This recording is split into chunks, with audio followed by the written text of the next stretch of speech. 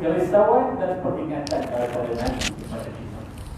Kalau kita orang beriman, kena ambil pusing lah benda ni, kena ambil peduli lah.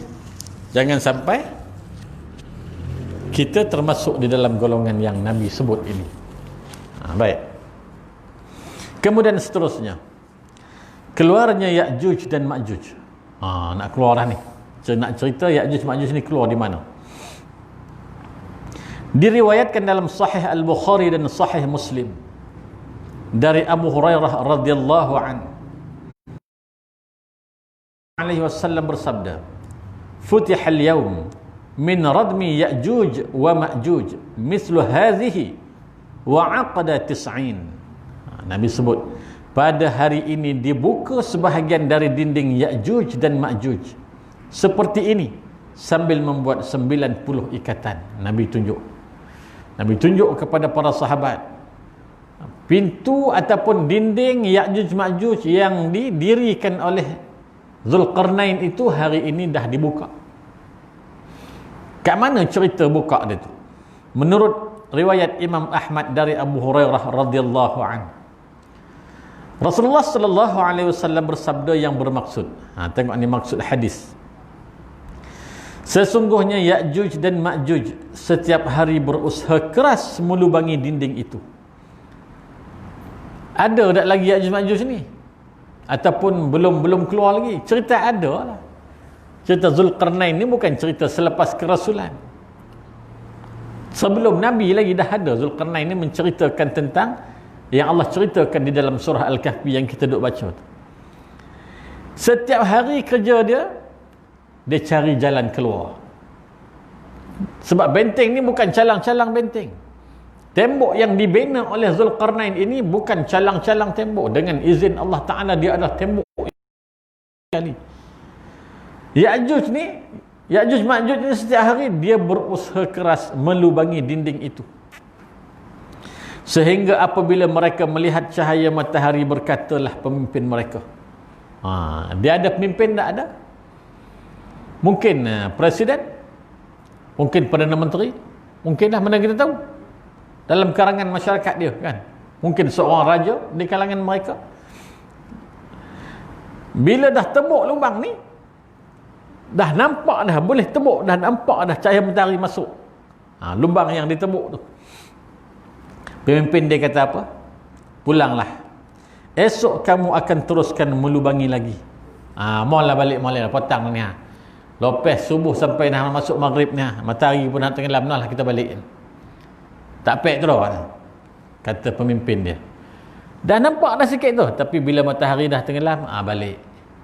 Sebab Allah belum izinkan untuk mereka keluar. Maka esok harinya mereka pun kembali melubangi dinding itu dengan lebih giat lagi. Esok datang pula, esok datang sekali lagi, pulun tembok sekali lagi. Sehingga manakala telah sampai saatnya Allah Subhanahu wa ta'ala hendak membangkitkan mereka kepada manusia, maka terus melubangi. Sehingga apabila mereka melihat cahaya matahari, berkatalah pemimpin mereka, pergilah, esok kamu akan teruskan melubangi lagi, insya-Allah. Pemimpin dia sebut insya-Allah. Apa ditambah hujung tu? Boleh juga kiranya dia mengucapkan kata pujian itu. Tak mustahil dia sebut insya-Allah. Hari ni orang sebut insya-Allah ni tak ada masalah pun. Tengok kawan-kawan kita yang bukan beragama Islam. Kan? Dia sebut alhamdulillah, masya-Allah, insya-Allah ni main kat mulutnya. Dia bukan tahu apa benda pun. Kan? Sebab dia dah biasa bergaul dengan masyarakat kita. Boleh jadi dia ucap macam tu, kata Imam Ibn Katsir dalam. Boleh juga kiranya dia mengucapkan pujian itu. Namun ketika mereka kembali hendak melubanginya, ternyata dinding itu sudah seperti keadaan asal mereka tinggalkan kemarin. Allah tak izinkan lagi. Walaupun dah dapat tembok, nampak dah cahaya matahari itu, ketua dia kata balik dulu, esok kita sambung. Balik je Allah tutup balik. Mereka tinggal je tempat tu, Allah tutup macam asal balik. Tetapi mereka teruskan juga pelubangan, dan akhirnya berjayalah mereka keluar menyerbu orang-orang. Bila berjaya tu? Bila Allah izinkanlah. Sampai masanya kamu memang dah boleh keluar untuk melakukan kerosakan atas muka bumi ini dengan kehendak Allah, masa tu Allah kata keluarlah, aku tak tutup lagi dah lubang tu. Lalu mereka meminum habis air yang ada, sementara sebahagian orang ada yang bersembunyi dalam benteng-benteng mereka. Oleh kerana itu Ya'juj dan Ma'juj melemparkan anak-anak panah mereka ke langit. Akhirnya Allah Subhanahu wa ta'ala mengirim ulat-ulat ke tengkuk mereka. Dengan ulat-ulat itulah Allah membinasakan mereka. Sampai yang kita baca kitab yang dulu kan, dia turun tu seolah-olah seperti air yang keluar daripada dia sebut teko lah kan, yang keluar daripada teko. Lajunya dia turun tu punyalah ramai. Dia lalu je mana-mana sungai, habis kering kontang sungai itu. Yang kita baca hadis dulu disebut Tasik Tabariyah di Palestin tu kan. Dia lalu je, sambil lalu sambil minum. Ramai tak dia ni? Dahsyat tak dia ni?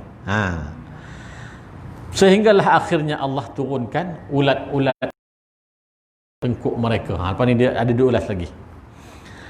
Rasulullah sallallahu alaihi wasallam bersabda, "Wallazi nafsu Muhammadin biyadihi inna dawabal ard la tasmanu syakaran min luhumihim wa dimaihim." Demi Allah yang menggenggam jiwa Muhammad, sesungguhnya binatang-binatang di bumi benar-benar menjadi kenyang dan berterima kasih dapat memakan daging dan darah mereka. Ini pun kita dah bincangkan dah dulu kan, bagaimana bila matinya Ya'juj Ma'juj ini, dia bergelimpangan ke setiap pelosok bumi. Setiap jengkal bumi ini akan ada Ya'juj Ma'juj. Masa tu binatang-binatang yang ada dia berkeliaran atas muka bumi ini kenyang makan bangkai Ya'juj Ma'juj ni. Imam Ahmad meriwayatkan pula dari Abu Sa'id Al-Khudri radhiyallahu an. Dia berkata, aku mendengar Rasulullah sallallahu alaihi wasallam bersabda, yakni kelak apabila dinding Ya'juj dan Ma'juj dibuka. Nabi sebut nanti ni akan datang ni, bila dinding Ya'juj dan Ma'juj dibuka, maka mereka pun keluarlah. Sebagaimana difirmankan Allah Subhanahu wa taala, mereka berjalan cepat dari segala tempat yang tinggi. Duduk di tengah gunung kan, gunung tinggilah. Nabi sebut mereka keluar berjalan dengan cepat. Nabi sebut apa yang Allah sebut dalam Al-Quran, maka manusia lari ketakutan menghindari mereka ke kota-kota dan benteng-benteng sambil menggiring ternakan. Masa tu manusia dah tak berani tunggu lagi dah. Masing-masing lari, bawa binatang ternakan, bawa apa harta benda yang sempat, duduk di dalam benteng-benteng nak selamatkan diri daripada serangan Ya'juj dan Ma'juj. Sementara itu Ya'juj dan Ma'juj menjelajah dan meminum air di mana-mana. Sehingga ketika seseorang dari mereka melalui sebatang sungai yang tadi diminum, dia berkata, di sini tadi ada airnya. Dia turun tu, dia lalu je sungai, dia lalu ke mana tempat disebutkan. Dia lalu tempat ladang buah-buahan, ladang ternakan, apa tempat yang dia lalu tu habis dia sapu, habis dia makan. Sehingga kan Nabi sebut, kalau ada seorang lelaki yang dia baru minum air kat situ, dia pun pergi ke tempat lain, pusing balik tengok dah kering kontang sungai itu. Contoh tuan-tuan tengah tahan pukat di Sungai Linggi lah. Tengah tahan pukat di Sungai Linggi, balik ke rumah, balik ke Sekamat sekejap kan, pergi balik nak angkat pukat, tengok elek, tak ada apa. Tadi sini pukat kan. Contoh dia sebut macam tu. Nabi sebut seorang lelaki yang dah minum air kat situ, tak berapa ketika dia datang tengok air dah tak ada, kering kontang. Sebab apa? Diminum oleh Ya'juj dan Ma'juj. Cuba kita satu seremban ni turun ke Sungai Terip, tempat takung air tu, minum air Sungai Terip tu 3 hari 3 malam, agak-agak habis dah air tu. Kalau habis memang Ya'juj Ma'juj. Ini bukan cerita dia berkumpul, dia sambil berjalan, sambil lalu tu, sambil dia minum, habis kering kontang semua sungai yang dia lalu. Dahsyat tak dia? Itu yang Nabi kata celaka tadi tu. Dahsyat Ya'juj Ma'juj ni. Akhirnya ketika semua orang sudah beralih ke kota-kota dan benteng-benteng, Maka berkatalah seorang dari mereka, penduduk bumi ini sudah habis kita binasakan, sekarang tinggal penduduk langit. Hebat tak Ya'juj Ma'juj ni? Sampai bila semua manusia ni dah tak ada atas muka bumi ni, melainkan manusia dari keturunan Ya'juj Ma'juj sahaja. Sekarang ni dia kata, bos dia kata, kita lawan dengan manusia ni nampaknya tak ada saingan lah, dia kata. Tak ada saingan. Semua dah habis kita kerjakan. Jadi sampai masa kita lawan dengan penduduk langit. Apa maksudnya? Kita lawan malaikat lah. Lawan dengan manusia sedih punah. Kojap punah habis lah. Osah tak kuat manusia ni kan. Tak kuat dia kata. Sekarang ni sampai masa kita berlawan dengan para malaikat di langit. Ini yang cerita perangai Ya'juj Ma'juj ni. Rasulullah sallallahu alaihi wasallam melanjutkan ceritanya. Sesudah itu seorang daripada mereka menggoyang-goyangkan tombaknya. Mana dia acah lah. Dia acah-acah tombak. Ni cerita Ya'juj Ma'juj ni. Dia pegang tombak, dia acah-acah tombak. Kemudian dia lemparkan ke angkasa. Dia boleh lempar tombak tu naik sampai ke angkasa. Kalau Ya'juj ni hidup zaman sukan Olimpik ni, confirm dia menang berjam lebih. Kan? Dia lempar dari Tokyo tu, dari Tokyo, jatuh kat Gombak. Banyak nak kira tu. Kan? Ni handa tak handa, dia lempar tombak dia sampai ke angkasa, sampai hilang. Kemudian apa berlaku? Ni hadis Nabi. Ni bukan cerita dongeng, ni hadis Nabi. Maka tombak itu kembali lagi kepada mereka berlumuran darah. Nampak? Allah dah nak mula tunjukkan kuasa. Bukan daripada awal Allah tak boleh hapuskan Ya'juj Ma'juj ni. Tapi tarbiyah Allah itu berbentuk begitu. Cerita urus tadbir Allah itu, dia begitu keadaannya. Allah nak ceritakan yang berkuasa aku. Bukan Dajjal, bukan Ya'juj Ma'juj, bukan apa. Aku yang berkuasa, Allah nak cerita. Kalau aku nak sikitnya. Bila dia lempar panah itu, ataupun ada yang disebut panah, ada yang disebut tombak, ke langit, jatuh berdarah. Sebagai penipuan terhadap mereka. Maknanya Allah hakalkan Ya'juj Ma'juj ni. Bila tombak terjatuh, dia ambil balik tombak. Dia kata, nampak tak? Bukan setakat manusia kita boleh bunuh. Malaikat pun berjaya kita bunuh. Tu Ya'juj Ma'juj. Bukan setakat manusia je kalah, datang malaikat di langit pun sekarang berjaya kita tewaskan. Ketika mereka dalam keadaan demikian. Dalam dia duk bergegak gempita, duk seronok ni, dunia aku yang punya. Sekarang ini seluruh alam ini, langit dan bumi berada di dalam jajahan takluk makhluk Ya'juj wa Ma'juj. Mereka berpesta, seronok. Kita dah menang. Manusia semua dah tak berani berdepan dengan kita. Malaikat di langit pun dah berjaya kita bunuh. Ni bukti tombak berdarah ni. Ketika dalam keadaan demikian, Allah Subhanahu wa ta'ala mengirim sejenis penyakit kepada mereka. Apa dia penyakit tu? Bagaikan ulat belalang yang menyerang ke dalam leher mereka. Tu dia. Cerita Nabi Isa lawan tak dengan Ya'juj Ma'juj? Lawan. Akhirnya Nabi Isa terpaksa berundur. Sebab Ya'juj Ma'juj bukan lawan manusia biasa macam kita. Terror macam mana pun, ada senjata canggih macam mana pun, Ya'juj Ma'juj bukan lawan manusia biasa macam kita. Confirm kita akan kalah. Nabi Isa pun kalah. Nabi Isa Allah utuskan untuk bunuh Dajjal, bukan untuk bunuh Ya'juj Ma'juj. Nabi Isa pun berundur naik ke bukit. Allah hantar apa? Allah hantar ulat macam belalang. Makan segala urat-urat, segala daging yang di dalam leher Ya'juj Ma'juj ni. Pagi harinya mereka sudah mati. Malam tu ulat menyerang. Dia ramai macam mana pun, banyak macam mana pun, ganas macam mana pun, Allah bagi belalang. Ataupun ulat lah. Allah bagi ulat kecil je. Nampak tak tentera Allah? Tentera Allah itu berbentuk burung-burung. Ulat-ulat, itu tentera Allah Ta'ala. Angin juga tentera Allah Ta'ala. Pasir juga tentera Allah Ta'ala. Kalau itu yang Allah kehendaki. Malam tu ulat tu serang, paginya semua mati.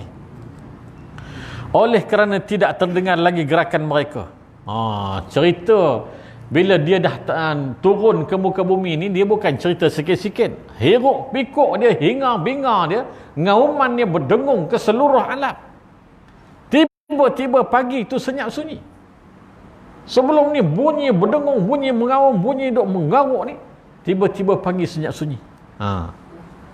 Maka kaum muslimin berkata, tidakkah seseorang berani mengorbankan dirinya untuk lakukan musuh ini? Ada tak seorang boleh pergi turun tengok? Selalunya bunyi bising ni la ilaha illallah. Riang taru punya, kita orang Perak kan, riang taru punya. Ni senyap pula, siapa berani turun? Yang menyuruh tu confirm dia tak berani lah tu kan. Kita selalu macam tu lah kan. Kau pergilah kejap dan sibuk panas. Bukan dia sibuk panas, dia tak berani lah. Selalu macam tu lah perangai manusia ni kan. Dia tolak orang. Sama suruh jadi imam lah. Eden bukan tak nak jadi imam kan. Tapi suara ni kadang-kadang tak lopeh. Tak berani lah tu cakap tu terang. Dia tak berani. Keadaan macam tu lah. Kemudian Rasulullah SAW bersabda, seseorang tampil merelakan dirinya. Allah kata Nabi, dia yakin dirinya akan terbunuh. Tak apalah. Kalau dah semua bertolak, kau, biadanlah yang pergi lah. Payah bona. Nak nengok keadaannya pun, bukan suruh beberapa orang pun kan. Dia pun, dan pergi. Dan mati-matilah nak macam mana pun, dah sampai saat mati-matilah. Dia pun volunteer, dia pergi. Tetapi dia turun juga. Dia tahu dah, dia ni confirm akan mati, tapi dia turun juga. Ternyata dia dapati mereka sudah mati. Tindih menindih satu sama lain. Dia turun-turun, apa cerita? Turun-turun terkejutlah tengok. Semua Ya'juj Ma'juj ni semua dah mati. Dah bertindih antara satu sama lain. Orang itu pun berseru, wahai semua kaum muslimin. Wahai semua kaum muslimin, dia kata, ketahuilah khabar gembira. Dia kata, ni aku dah turun dah ni. Ni aku nak bawa satu cerita gembira. Khabar gembira kepada semua orang Islam. Dia kata, sesungguhnya Allah Subhanahu wa ta'ala telah membela kamu sekalian terhadap musuhmu. Mereka pun keluar dari kota-kota dan benteng-benteng mereka. Mereka melepaskan kembali ternakan mereka. Hendak digembalakan, tetapi tidak ada tempat untuk mengembala.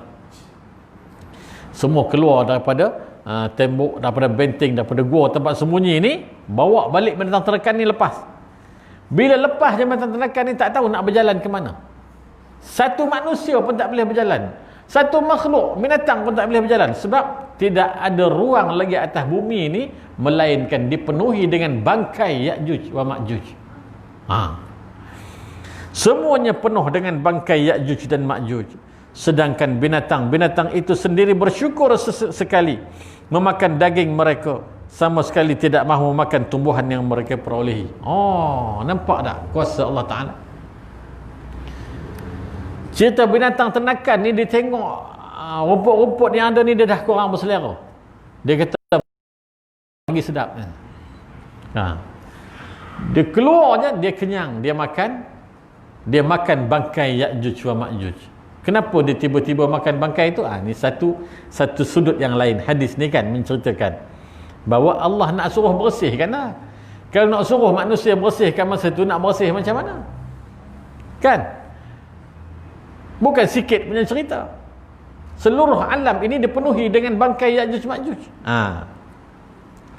Perlu saya katakan di sini, Ya'juj dan Ma'juj adalah dua golongan dari bangsa Turki keturunan Nabi Adam AS. Tu dah. Dia kata, perlu saya katakan di sini, Ya'juj dan Ma'juj ada dua golongan dari bangsa Turki. Ya'juj Ma'juj ini daripada bangsa Turki. Ada sini keturunan Turki. Jangan mengaku, nanti orang panggil Ya'juj. Kalau kita baca sampai habis. Kalau sempat kita baca sampai habis. Demikianlah sebagaimana diceritakan dalam sebuah hadis sahih, bahawa pada hari kiamat kelak Allah Subhanahu wa ta'ala berfirman, hai Adam. Allah berfirman, wahai Adam, labbaika wa sa'daika. Aku penuhi panggilanmu dengan senang hati, jawab Adam. Allah panggil, wahai Adam. Allah panggil, Adam jawab, Nabi Adam jawab, aku penuhi panggilanmu ya Allah dengan senang hati. Lalu Allah Subhanahu wa ta'ala memerintahkan dengan suatu seruan, masukkanlah ahli neraka. Masukkan ahli neraka, Allah sebut. Lalu terdengarlah suatu pertanyaan, berapa? Allah Subhanahu wa ta'ala menjawab, dari setiap 1000 orang masukkan 999 orang ke dalam neraka dan masukkan seorang ke dalam syurga. Masuk neraka tu siapa? Ya'juj Ma'juj lah. Pada waktu itulah anak kecil menjadi beruban dan setiap wanita hamil melahirkan kandungannya. Namun kemudian terdengar seruan, bergembiralah kerana di antara Ya'juj dan Ma'juj ada yang menjadi tebusan bagimu. Menurut riwayat lain dikatakan, di antara kamu sekalian ada 2 umat di manapun mereka berada pasti berkembang biak begitu pesat. Itulah Ya'juj dan Ma'juj. Kita baca sebab dulu. Selain itu ada cerita kononnya. Bila sebut kononnya itu, dia tak bagi kita percaya lah. Kononnya Ya'juj dan Ma'juj itu berasal dari Siti Hawa. Sedang menurut sebahagian yang lain mereka berasal dari Adam tanpa Siti Hawa. Ceritanya, perkara tersebut disebabkan pada suatu ketika Nabi Adam AS bermimpi keluar mani. Lalu maninya itu bercampur dengan tanah. Dari mani itu Allah Subhanahu wa ta'ala terciptanya Ya'juj dan Ma'juj. Cerita ini tentu sahaja tidak ada dalilnya dan datang dari orang yang tidak wajib diterima perkataannya. Allah Subhanahu wa ta'ala tentu lebih mengetahui. Cerita yang di bawah ni cerita, takkanlah tiba-tiba mani bercampur dengan tanah boleh jadi orang, kan? Itu cerita yang tak masuk akal, yang tidak ada dalil. Yang benarnya apa? Yang benar, Ya'juj dan Ma'juj itu keturunan Nabi Nuh alaihi salam. Clear. Yang benar, Ya'juj Ma'juj itu manusia macam kita. Keturunan siapa? Keturunan Nabi Nuh alaihi salam. Mereka adalah anak cucu Yafis bin Nuh, nenek moyang bangsa Turki. Nampak? Kita sebut anak Nabi Nuh siapa? Cepat. Anak Nabi Nuh. Anak Nabi Nuh yang mati ditelan air namanya Kan'an. Kan? Kan'an mati. Kemudian Yafis. Kemudian Sam. Kemudian Ham. Baik, kita tengok syarahnya. Dalam kitab Imam Ibn Katsir ni dia sebut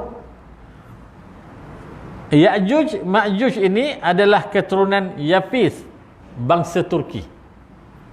Ada syarah yang lain menyebutkan Yafis dia bukan yang membawa kepada keturunan Turki ni. Yafis membawa diri ke Afrika. Lalu lahirlah keturunan kulit hitam yang kita panggil Negro.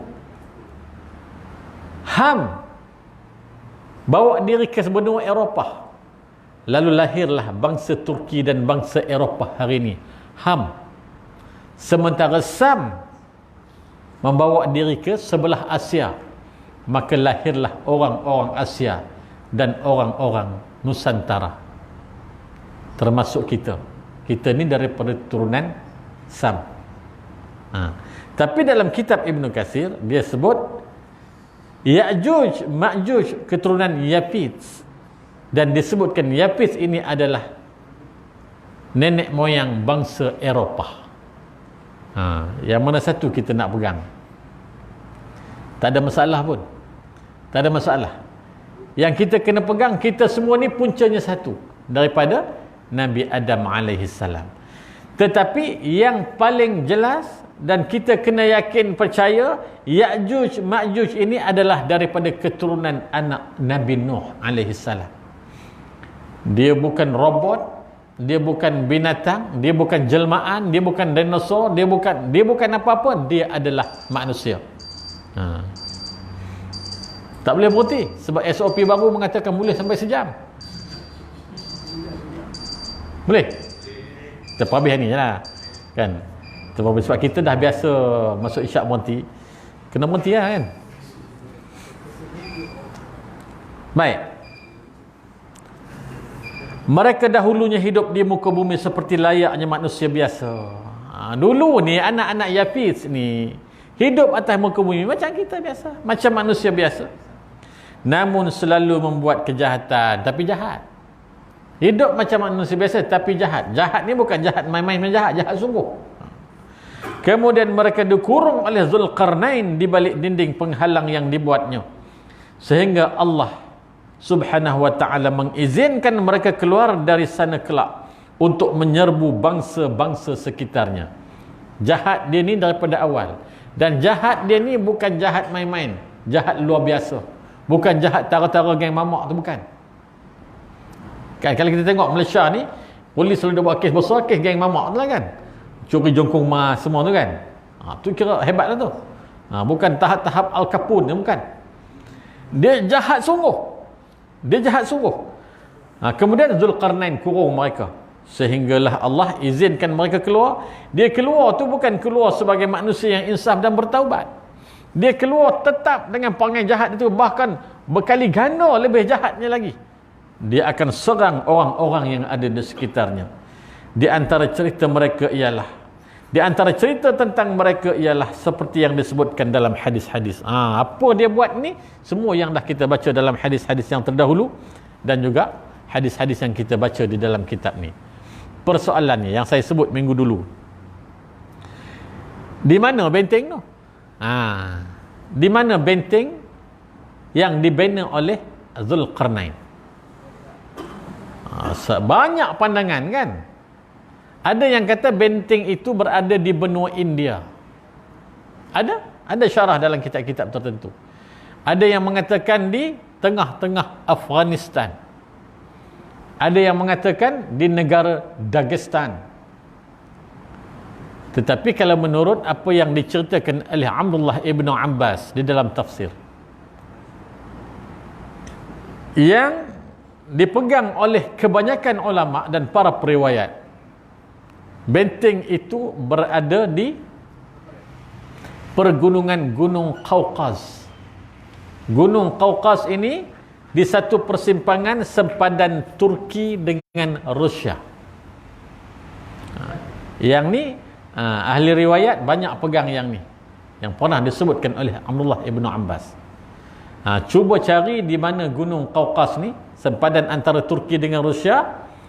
Bila dah seluruh negara, seluruh dunia dah buka sempadan, kita buat trip satu pergi ke sana, Seripulai ke Kaukaz.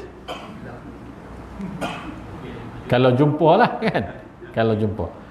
Di sanalah disebutkan oleh banyak ahli riwayat, di Gunung Kaukaz itulah benteng yang dibina oleh Zulkarnain. Tinggi dia 1000 ke 3000 meter tinggi Gunung Kaukaz ni. Betulkah di situ? Sebenarnya tepatkah di situ? Hanya Allah yang lebih mengetahui. Kan? Tetapi banyak riwayat menyebutkan di situ. Janganlah kita cari pula. Kan? Kita cari pun nak buat apa? Belum masa dia keluar. Kan? Kita handa nak pergi naik gunung tu, tolong buka pula. Tak akan dapat tu dah. Tak akan dapat. Dia sendiri yang akan buka dengan izin Allah Subhanahu wa ta'ala. Kemudian disebutkan tajuk yang seterusnya di bawah ni, apa dia? Ya'juj dan Ma'juj adalah manusia biasa. Kena tukarlah tu, kena tukar. Kita dah sebut Ya'juj Ma'juj ni adalah Rusia, Ya'juj Ma'juj Amerika. Macam-macam teori lah disebut ni. Tetapi jelas di dalam hadis dan di dalam kitab-kitab besar mengatakan Ya'juj Ma'juj adalah manusia biasa. Di mana dia sekarang? Di dalam gunung yang dibenteng oleh Zulkarnain. Dia sedang berada di sana. Ya'juj dan Ma'juj adalah makhluk ataupun manusia yang panjang umurnya. Satu ibu boleh melahirkan 1000 orang anak. Satu ibu boleh melahirkan seorang anak. Bayangkan pula yang 1000 itu boleh melahirkan 1000 anak lagi. Banyak tak Ya'juj Ma'juj ni? Ramai tak? Tak boleh bayangkan. Ni jadi sentuh-sentuh jadi ni Ya'juj Ma'juj ni. Tak payah buruk, tak payah apa semua. Ini kisah benar. Allah nak ceritakan, kalau aku nak lebih pada tu aku boleh buat. Nabi bagi peringatan kepada kita, awas, cerita Ya'juj Ma'juj ni bukan cerita dongeng, bukan cerita main-main. Kalau kamu rasa kamu dah ada berbilion-bilion jumlah manusia atas muka bumi ni, kamu rasa kamu ramai, Ya'juj Ma'juj ini ribu kali ganda, juta kali ganda lebih ramai daripada kamu. Bila dia serang, kamu tak akan boleh buat apa-apa. Nabi sebut, satu manusia pun tak akan berjaya untuk berlawan dengan Ya'juj Ma'juj, melainkan Allah menghantar tenteranya yang berbentuk ulat itu. Jadi hati-hatilah dengan cerita Ya'juj Ma'juj ini. Jangan kita tersalah bawa cerita. Takut kita salah bawa cerita, dia akan jadi cerita dongeng. Sedangkan ini cerita hadis, bukan cerita dongeng. Kita akan sambung tajuk Ya'juj dan Ma'juj adalah manusia biasa pada minggu yang akan datang, insya-Allah. Aqulu qouli hadza wa astaghfirullahal azim li wa lakum. Assalamualaikum warahmatullahi wabarakatuh.